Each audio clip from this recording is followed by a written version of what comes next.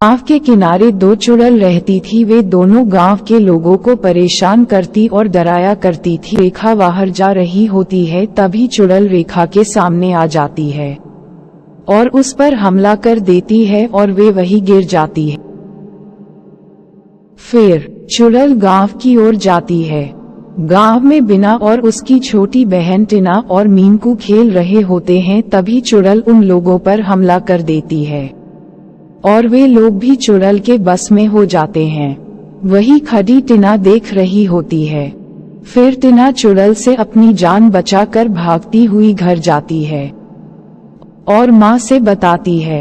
वे बोलती है, चिंता मत करो, सब ठीक होगा। वही खड़े रमेश सब सुन रहा होता है। फिर वे रमेश से बोलती है कि आप तांत्रिक के पास जाइए और उनको बुलाकर लाइए। इधर चुड़ैल रेखा और मीनकू को बोलती है, जाओ गांव के लोगों को डराओ। ये कहकर जंगल की तरफ चल देती है और मीनकू गांव के तरफ चल देता है। रमेश टीना और उसकी माँ मीनकू के पास आते हैं तो उसकी माँ रमेश से आप जाओ। फिर मीनकू को बोलती है, चुड़ैल कहा है। वे चुपचाप सुनता है और फिर कूदने लगता है और उन पर हमला कर देता है और वे लोग बेहोश हो जाते हैं। रमेश भागते हुए जाता है, तांत्रिक को सब बताता है और उनके पैरों में गिर जाता है।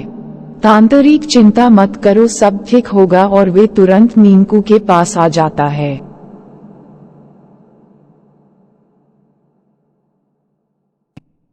टीना और उसकी माँ होश में आ जाती हैं और मीनकू को तांत्रिक उस चुड़ैल से आजाद करा देते हैं।